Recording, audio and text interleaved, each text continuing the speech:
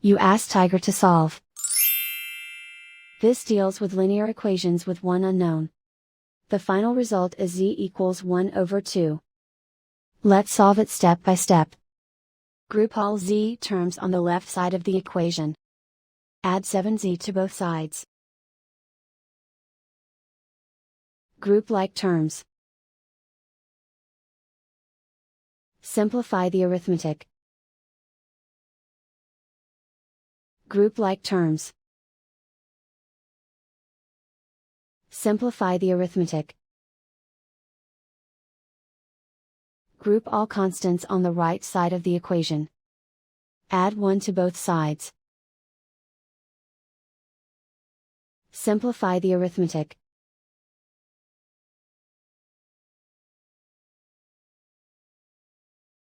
Isolate the z.